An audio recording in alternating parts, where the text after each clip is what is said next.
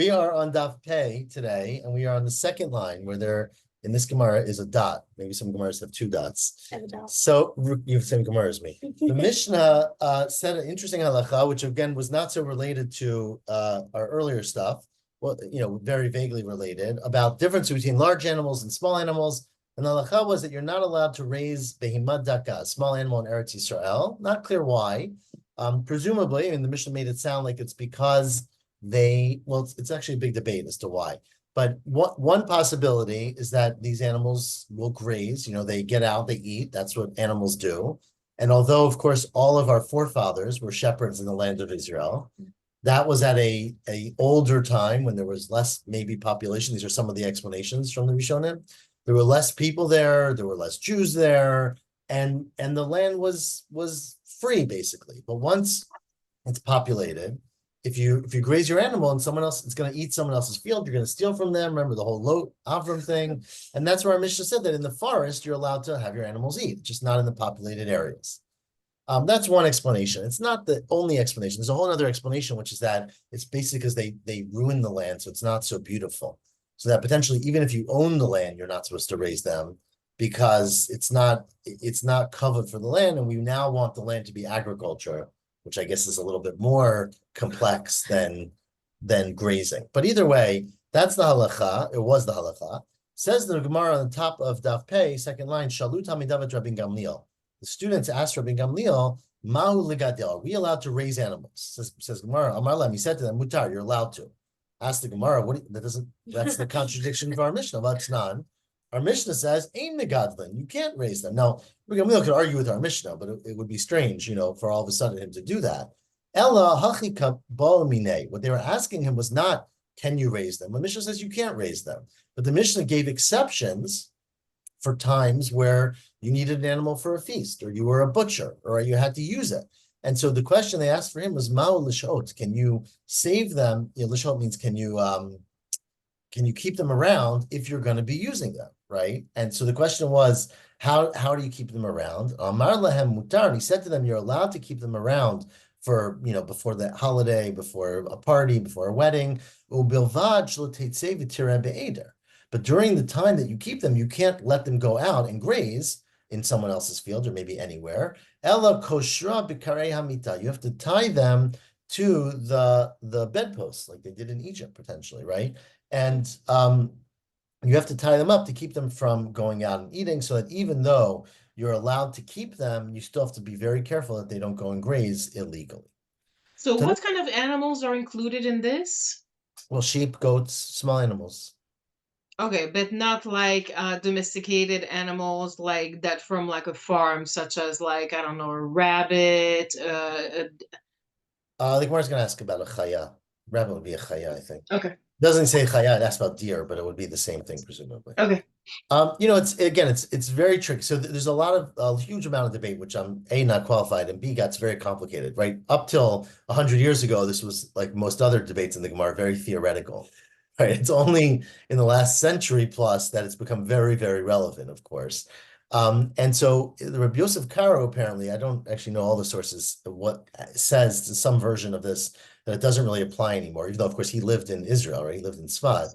But because it was like pretty abandoned, and again, it was a pretty empty place, and I guess there was no one there. And there's a whole debate about how, if there's a takana, can you undo the takana? Is it that it doesn't work anymore? And then, of course, if that's true, what Rabbi Yosef Karo said, there's a whole debate. Does it reinstitute now that we live there again? Or do you say once it ended and never starts again? And there's a huge, all the Israeli rabbis from Rabbi Tzvi Pesach Frank and Rabbi Chaim Zunfeld and, early ones to I don't know if Rav Kook writes about it, but Rav Kook probably, and obviously Rav Adi Yosef in today's day, talk about this legality of what does it mean to be a butcher? What if you're in they raise questions like, what if you live on a yishuv or a kibbutz and everyone has animals, right? So basically, is that a collective agreement that we're okay with it? So interesting. So all these questions are broad and they're very, very practical, right? But I'm not qualified to tell you much more than that. Thank you.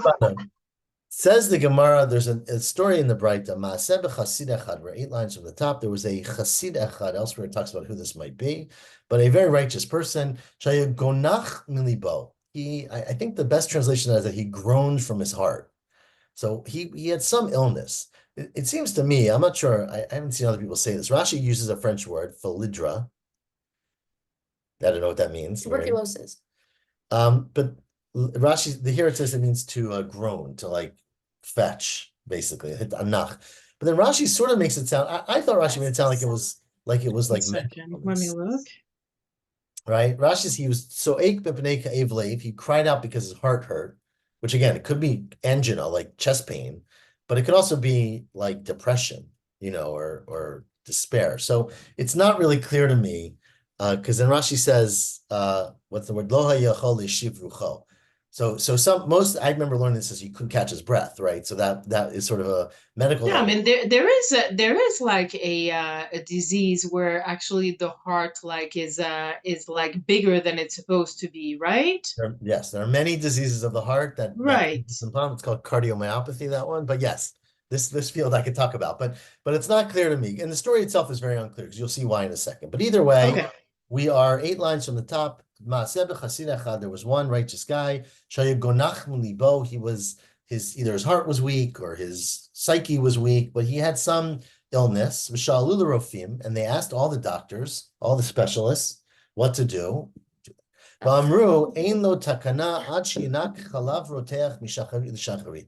They said he will not feel better unless he drinks fresh, boiling milk, right when it comes out of the animal, it's hot, every morning. This guy's got to get fresh milk. Now, they didn't used to deliver milk in bottles back in those days.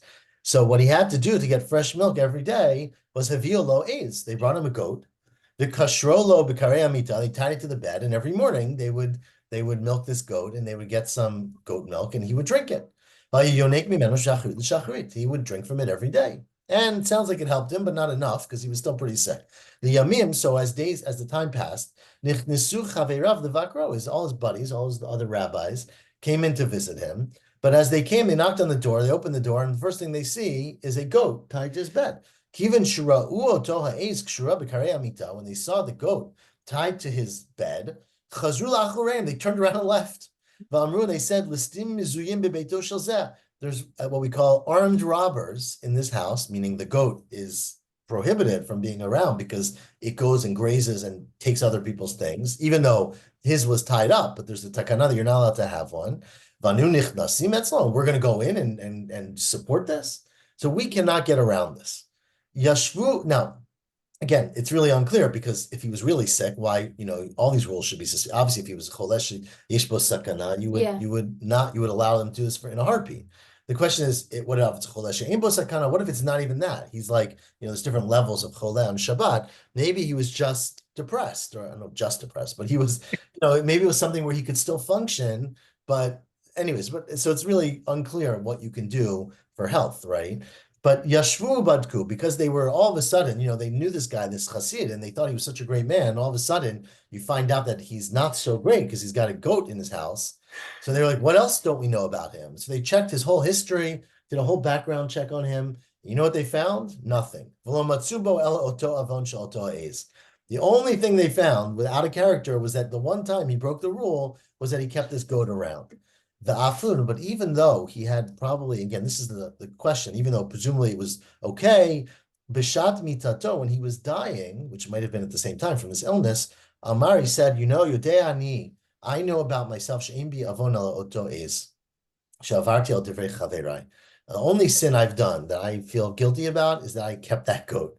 And I went against the words of my friends, which again, many understand to mean that technically it was okay, but it was socially not acceptable, or because he was a rabbi or a chassid, he should have had a higher standard. And so there's reasons why he felt guilty about it, even though technically it seemed like it was okay. Amar Rabbi Yishmael. It's a very strange story. It's all very strange. Amar Rabbi Yishmael. Rabbi Yishmael said something very interesting. We are almost halfway down, I would say, or maybe a little less. But smack in the middle. Rabbi Yishmael said, Mi balei batim shebegalil ha'elyon haya beit Abba. My family, my ancestors come from the Balei Batim, which are the owners of the houses, right? The gentry, we'll call them. I don't know what that word means, but sounds good. Of the Galil Ha'elyon. So my family were chashav landowners in the Galil Ha'elyon, but they were all wiped out. Umipnei ma charvu. You know why they were destroyed? Shayu mar'in b'chorshim. First of all, they would have their animals graze in the forest. Now, we're going to ask in a second. The Mishnah said that that was okay, right? But they owned the animals, small animals, and they let them graze in the forest. V'danin dinei mamanit b'yachid. We've discussed this, and we will discuss this in Sanhedrin, that, for dinei mamanot, technically you're maybe allowed to have one dayan, but it's not considered to be good. You're really supposed to have 3 dayanim, and so they used to rely on one, and these were not the best practices, and therefore they were destroyed. Even though Rashi understands it this way, even though the forests were near their house, so they didn't actually have to go to anybody else's field on the way to the forest, there was a sadak tanaita. There was one small strip of land, one small field, umavirin derech land. They had to cross over it. So they thought, oh, just a tiny little bit, and it's an insignificant amount. But even then, because of that small action, they were ultimately destroyed. Again, it seems like over punishment, but that is the Gemara. Tanura Banan. Now, says the Gemara on the topic now, since we scared you so much about being a shepherd in Israel, what if you're learning Daf Yomi, you read this Gemara, and you own 100 sheep, right? Right? So you're going to go home and you're going to get rid of them, obviously. But if you go tomorrow to the shuk and you say, I need to sell 100 sheep, you're not going to get a good price. So says the Gemara, Tanura Banan Ro'esh Asat Tshuva. If you're a shepherd and you do tshuva, you realize that you're not allowed to be a shepherd anymore in modern Israel, assuming you're not in a forest. We don't make that shepherd sell all their flock right away. You can sell one at a time, yada yada means one hand at a time. So you sell them as people want to buy them. And obviously people could buy them to eat for food, but they're not going to eat 100 sheep at once. But this, if you recall, is very consistent with what we call takanat hashavim. We always try to make it a little bit easier for people doing tshuva. If someone steals, we have, we don't make them knock down the house. Remember the marish we had before? You don't have to knock down the house to take out the beam, because we want to encourage people to go and do what's right. And if you make it very hard for them, then it's going to discourage them. So the Chaim Ger, furthermore, says the Braita, if you're a convert, which is what we assume the only way this would be happening, shenaflulo klavim b'chazirim b'yerushato. He inherits dogs. We're assuming that, as the Mishnah said, or as we said, and we will say more, that you're not allowed to have a dog, right, or pigs, right, which are prohibited as inheritance. So his non-Jewish father or brother or whatever dies and leaves over to him, even though as a ger he's really not technically related, but he is left over this Yerusha. Or, so what do you do? Says the Braita, we don't require him to get rid of it immediately, again, because we're worried he won't do it, and we're going to cause more damage than good. Ela mocher al yad, he sells it piece by piece. Furthermore, in a similar concept, mishenadar likach bayit, right? Let's say someone, the Rush changes the gersa, which makes a little bit more sense. That it should say bayit be'eretz Yisrael. A person says, I want to make aliyah, I make a neder, I'm going to go and buy a house in Israel. Where do you speed that? Because the next words are likach isha, or I'm going to go take a wife, the Eretz Yisrael. So the Rush changes the word Eretz Yisrael to be earlier, because there isn't really there's no big connection between marrying in Israel and marrying outside, meaning getting married is a mitzvah, buying a house in Eretz Yisrael is a mitzvah. So that he changes the gear. So it's a likach bayit be'eretz Yisrael, ve likach isha. The aleph. We don't make him do it right away. We don't say, you made a neder, you're going to buy a house, go tomorrow, go get married, go buy a house, right? What we mean is, we allow a person who makes a neder to find the right house, to find the right spouse, right? Because otherwise, again, we're afraid people are not going to keep their nedarim. There was actually a real story with one woman who was either widowed or divorced, but she was single. But her children wanted her to get married. Binah, her son, made sarla. He was harassing her. The kafsa, and he was pressuring her. And the kafsa means she jumped ahead. Vinishba'a, and she swore, "Call me shiavo. Anyone who shows up, any mechazirato. I'm not going to turn them away." Right? Her kids, we all have been there, I think. Kids were harassing them. She's like, okay, I'll marry the next guy who comes. Wow. But of course, when word got out that she said she could marry the next guy who came, there was a line of people outside the door who she didn't want to marry, right? So the kafza alu b'nei adam, the people jumped into her house. Maybe she was a rich widow, I don't know. They were people who no one wanted to marry. They were not appropriate for her. When the rabbis heard about this, they said, Amru, no, obviously she doesn't have to marry the first person who walks through the door. She didn't mean I'm going to marry the first person. She meant the first opportunity. That's an appropriate match. So Kishem Shamru, fine, period, Kamma. So that's a Kamma. And finally, says the Braita, Kishem Shamru, we are second to last of the narrow lines. Just like they said, Ein Megadlin Behimad Daka, just like the Mishnah holds, you cannot raise small animals in Israel, meaning sheep, goats, things like that. Kach Amru Ein Megadlin Chayad Daka. You also can't raise small wild animals. The Rashi says like an achbar, like a weasel, or whatever you say. It's a shual. The shual is a wolf. What's a shual? Oh, fox. A fox. Thank you. Like a fox or a deer. He says. I'm not sure if a rabbit or a chicken or like we talked about chickens, right? We're going to talk about chickens. I don't think we did talk about chickens, but I don't think I'm not sure if a rabbit would fit. I don't think it would because it doesn't go out, right? You keep rabbits in, otherwise you lose them. I don't know, but they eat everything. Yeah, but they only. That's what made me think about it. That's like, they don't come back, right? You can't let your rabbits out to graze. They're not going to come back in the evening, right? They're not like sheep or I've never tried, so I can't tell you. Yeah, I don't know for sure, to be honest with you, but in our neighborhood, they're pretty wild. So I don't know. Yeah. Okay. So Barashi says like a deer or as you said, a fox, you're not allowed to raise them. Rabbi Yishmael Omer, we are at the first of the wide lines. Migadlim klavim kufrim.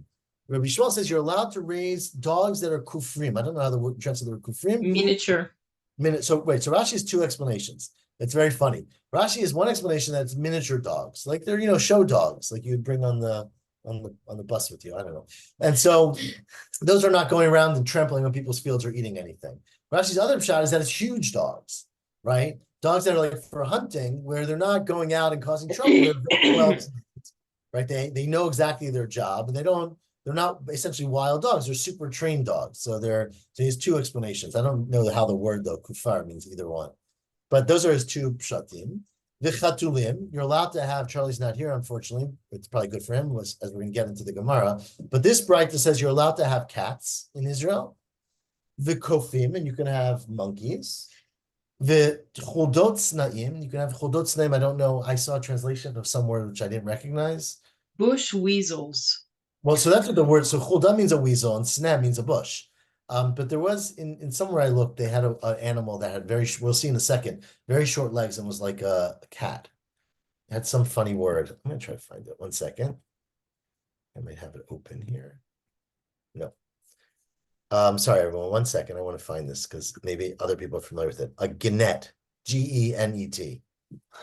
I've never heard that word before. I never did either. I saw someone say it, and I read it on Wikipedia. It looks like a lemur. It looks like, anyways. Okay. Anyways, it looks to me like a small, like a very scary looking cat. Though I think all cats are pretty scary. Okay, you're allowed to raise these, and the reason you're allowed to raise these is mipnei she'asuyim l'naker tabayit. They're good for cleaning out the house. Now Rashi explains, doesn't mean they lick up the dust, right? It means that they eat the mice, right?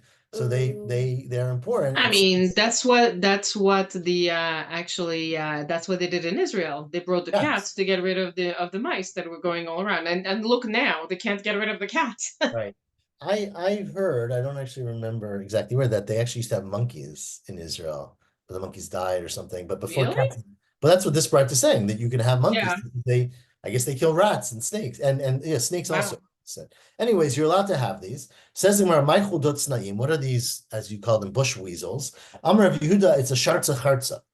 I don't know if that helps you. Shartza chartza. And some people say higadamri, which is an Aramaic words, but I mean sheretz means a creeping thing. But digging animal.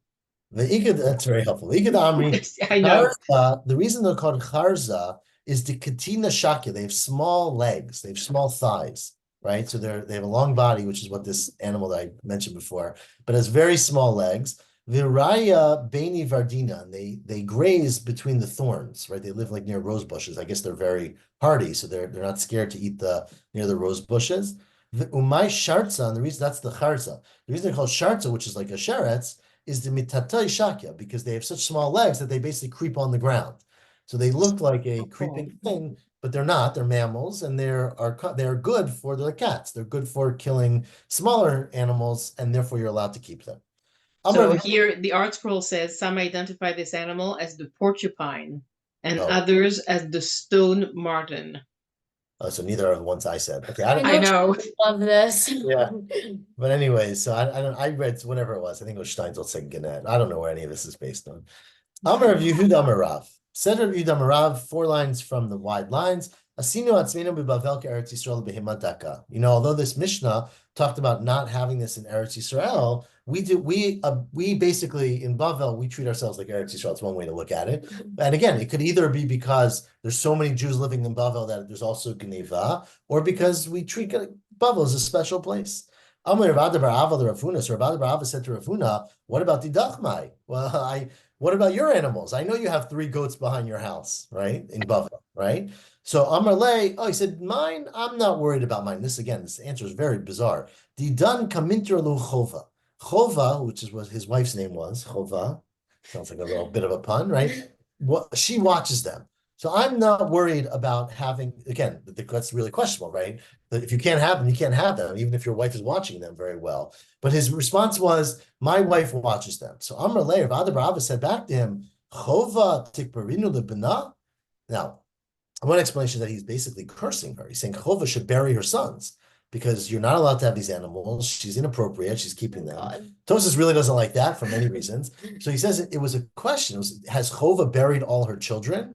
Meaning, the only way you can have the time and the mind to watch these animals is if you have no children.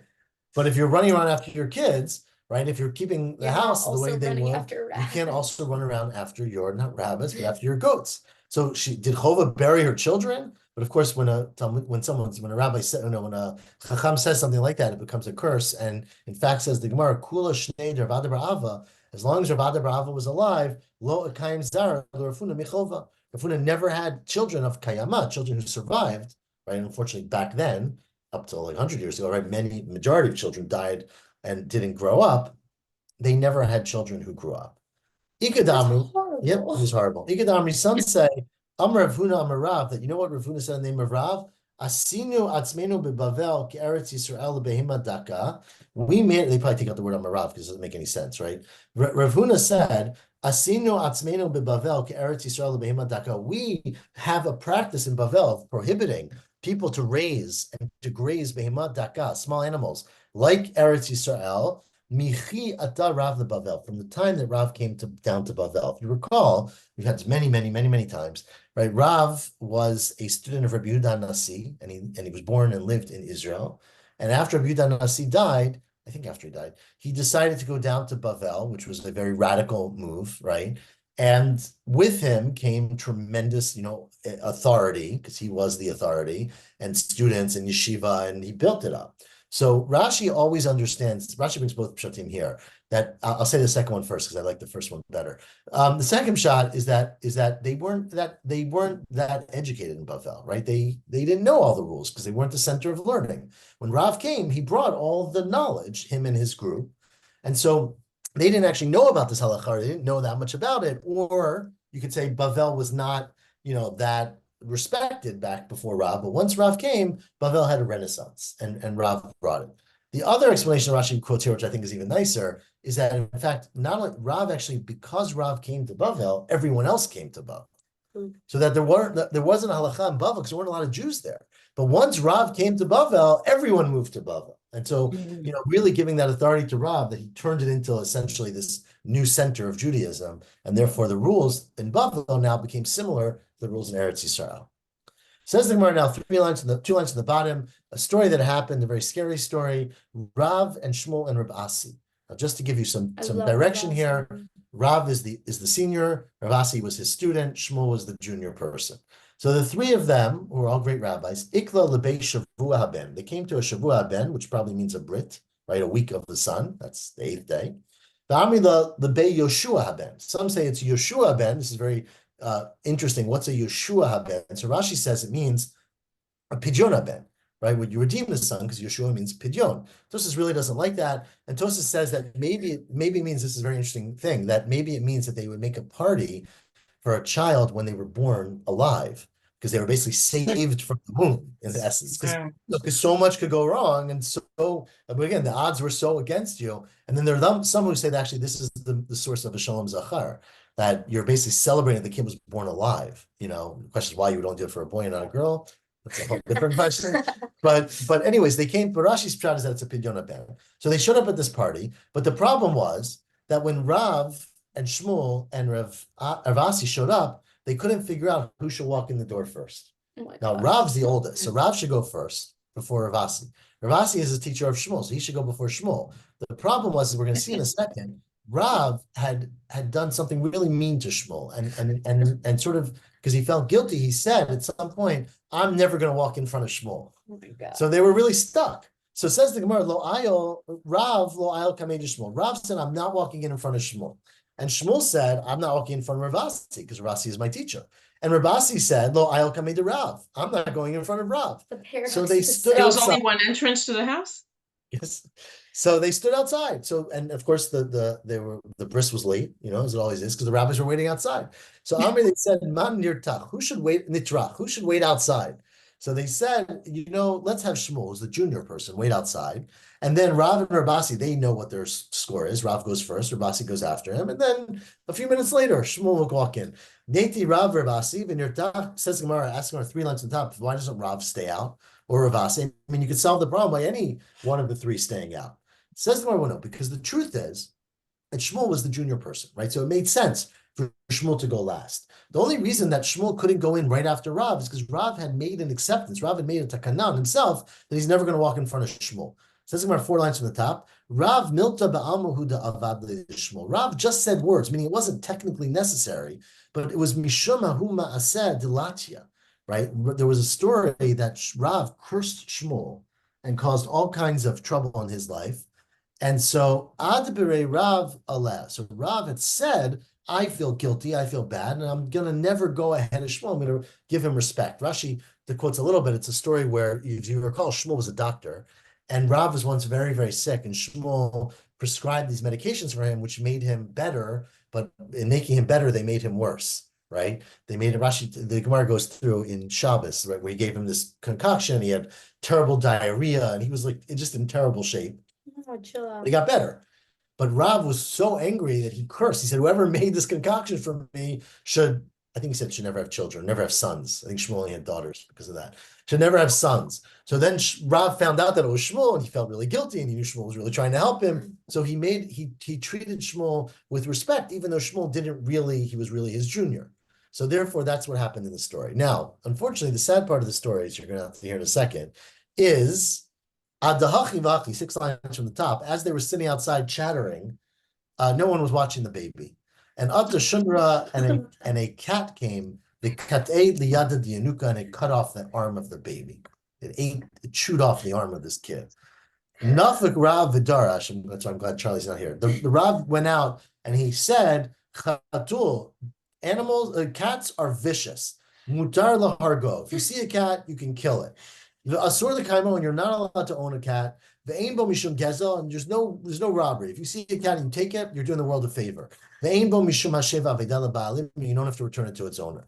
Says the Gemara, well, slow down. I know he's angry. The kivan da amrit mutar lahargo, right? If you say you can kill it, what do you mean you don't have to save it, right? My niu too asur l'kaimo. What if you say you can't keep it? If you're going to kill it, you can't keep it. No. Maybe that you can kill it, but you don't have to kill it. Isura leka, kamashmalan, that you can't even keep it.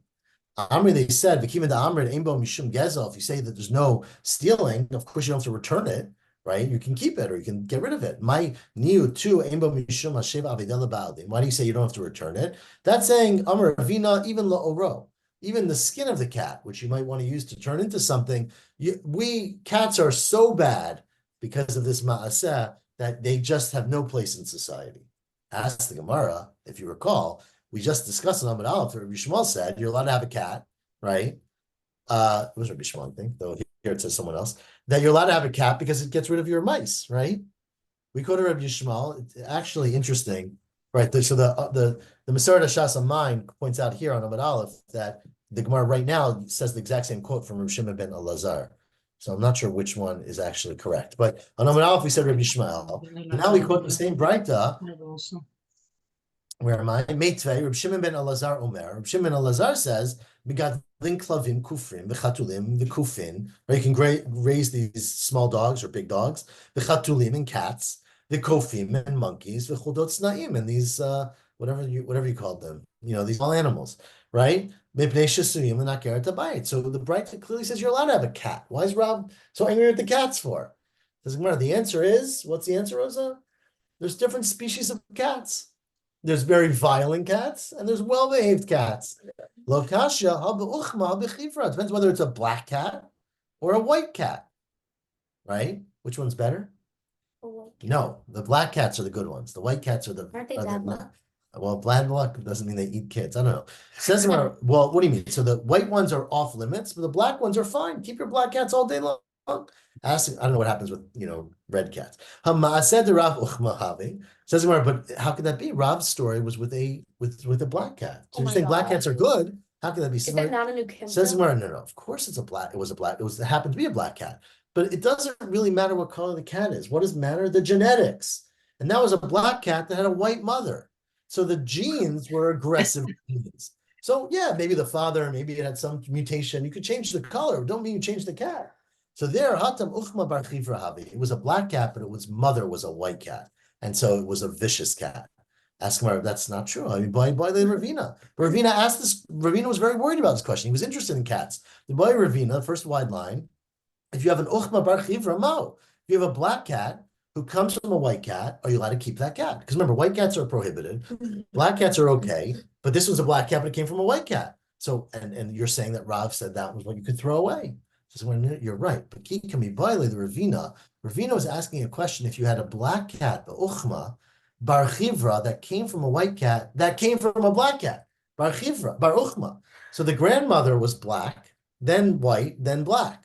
So the question is, what's the anomaly? Is the white one the anomaly or is the black one the anomaly? So what we think then is that, no, it seems that you go after the more dominant, which is the dark one. And Rav's case was Uchma Bar Chivra Havi. It was a white cat line, white. This one happened to be dark, but it's still a vicious cat, and therefore you have to kill it. So there's good cats and bad cats. I don't know. Maybe you can argue nowadays they're all bred out. They bred out the bad cats. It's all nice cats. Cats are wonderful. I don't know if that's anything that's true to that, but anyways. Amar Rabbi Acha Bar Papa. Rabbi Acha, the son of Papa. Remember, Papa had a lot of sons, as we say when we make a siyam, right?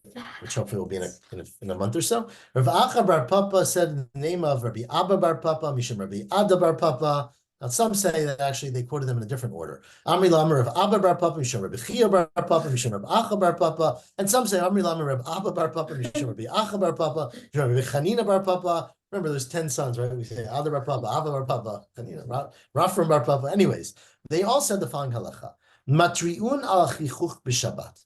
If you have chichuch, and I don't know how to translate chichuch in English, but it's some illness that Rashi says is a boils that you get on you, some kind of infectious disease, I'll call it. Scratching. Right. So Rashi says it's shchin, it's like boils, like in Mitzrayim. So you get some kind of infectious scratching disease, and so that's very serious. So you're allowed to blow the shofar. That's how Rashi says matriyim. You call out a truah. Tosfos doesn't like that, but that's Rashi's pshat, that you can call it a shofar on Shabbat to gather people together to pray, because it's such a serious thing. You're afraid it's going to get worse and people are going to die, right? So you're allowed to do that on Shabbat. Where am I? V'delet hanin elet. Now, if your door closes behind you or in front of you, lo b'mehira tipatach. It's not going to open quickly. We'll see what that refers to in a second. But it's sort of a musar idea that, if you have an opportunity, but you fall just short, you're not going to get the opportunity so quickly again. No b'mehira tipatach. V'halokech bayit be'eretz Yisrael. And if you're buying a house in Israel, which is a mitzvah, kotvin alav. Oh no, you can write a star of it, afilu b'Shabbat, even on Shabbos. You're buying a house from a non-Jew. Let's say the non-Jew is leaving, and he says, "I'm not going to be here tomorrow. I'll sell it to you today." Even if it's Shabbos, you're allowed to write a star for that, because we'll ask. Of course, it seems a little far-fetched, but we'll ask that. Meitve says the Gemara. Before we get to the third case, let's get to the first case, which he said that when you have this illness that's a boils, you're allowed to call out even on Shabbat with the truah because it's so serious. But the Breita says, this is the Breita referring to Mishnah in Ta'anit, which talks about when bad things happen, like shidafon, like famine. The Breita says, Shar Puranot Mishvak, other bad things that happen, Ubaot al Tzibor Kigon, Chichuch, which is this case, right? These boils, or chagav, grasshoppers, right? Zvuv, which are some kind of mosquitoes. Tzira, which I don't know. How do you translate zvuv usually? Bees, Wasps, wasp, flies, yeah. wasps, and mosquitoes. But tzira are what? How do you translate tzira? Flies, wasps, Oh, and right. Zvuv is mosquitoes. flies, tira are wasps, and yitush are mosquitoes. So, anyways, these, there's swarms of these things. They're causing a lot of discomfort, but they're not as severe as famine. Ushiluach nechashim akrabim. There's an overrun with snakes and scorpions. Lo hayu matriim. You don't do a trua el tzuakim. You just call out for these things. So, how could you say that even on Shabbat you're allowed to do a trua, if that's how you understand it? It says, well, You look, could, can you do it? Can you do a trial when you're like when you need rain? so yeah, so Yeah, that's one of the cross over a little bit. The bright and tiny does not refer to Shabbat, it's referring to the week, right? They did fast days. Remember, when you do fast days, some fasts are very serious and you blow a trua, and some you don't. So the bright is saying that if you're going to fast for mosquitoes, you call out, but you don't do a trua.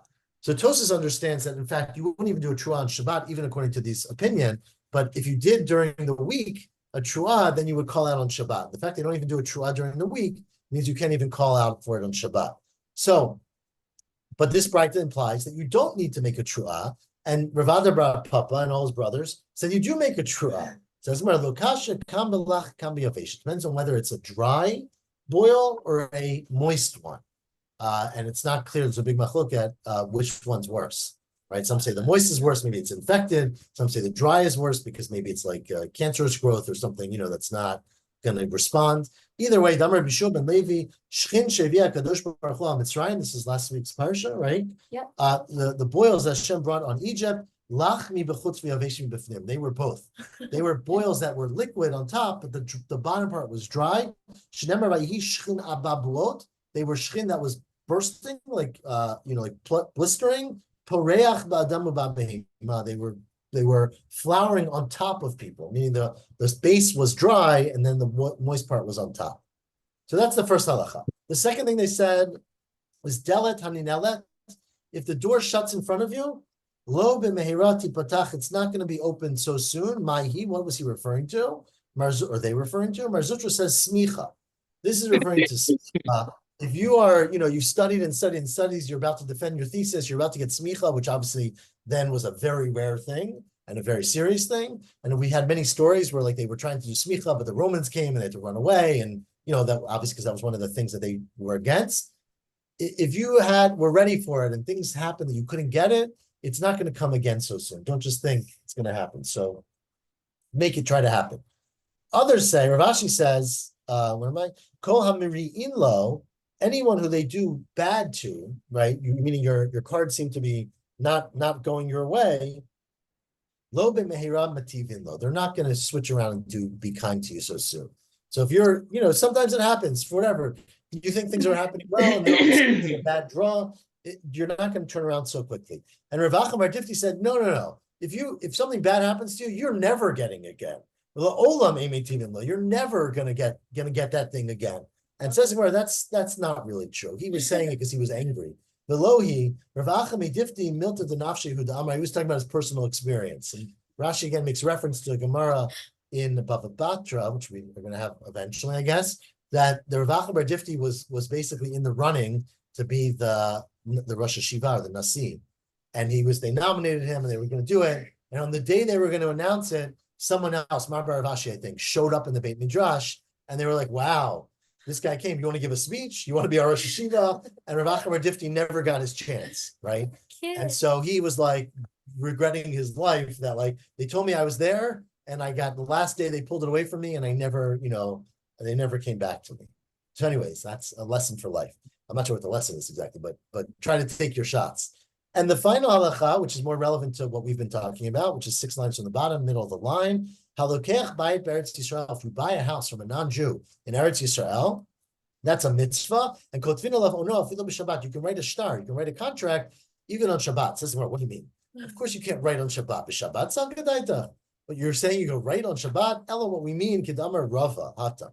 As Rava said in a different case, omer lenachri va'oseh. You can ask a non-Jew to write for you. So you can do amira la'akum, which usually you can't do on Shabbat, but it's not a melacha d'oraita. Hachanami omer lenachri va'oseh. Ba'af agav d'amira lenachri shvuti. even though generally it's a prohibition midrabanan to ask a non-Jew to do a malacha for you, mishum yishuv Eretz Yisrael goes to berabanan. Because of the mitzvah or the urgency or the need to settle Eretz Yisrael, if you can rescue a place from a non-Jew and he's leaving, you're never going to get it again, or you don't know when the opportunity will come back, you can be mechalel Shabbat in this way to do a shvut. Yeah. Finally, Amar Shmuel bar Nachmani, Amar Rabbi Yonatan, 2 lines on the bottom. Halokeach ir be'Eretz Yisrael. You know, if you buy a city, I don't know exactly who's rich enough to do that, but let's say you're like the billionaires nowadays, and you buy a city in Eretz Yisrael, you cannot just buy the city and leave it at that. You at Kofinoto, we force you. You have to buy roads, meaning a road to get to the city, from all 4 directions. Mishum Yishuv Eretz Yisrael, because otherwise no one's going to come live in the city, right? If you're cut off and you have no way to get in and out, and or if it's one direction, as we all know, if you live on the other side of the city and you have to go out only in one way, it's a big discouragement. So if you want to build a city or buy a city, you also got to make it achievable and accessible. And this really gets back to our original Mishnah. All these halachot are because we want to encourage and beautify the Yishuv Eretz Yisrael. Tomorrow, we will continue about very fascinating Gemara. The next few dapim are really, really interesting. I encourage everyone to be excited. Tomorrow's really long.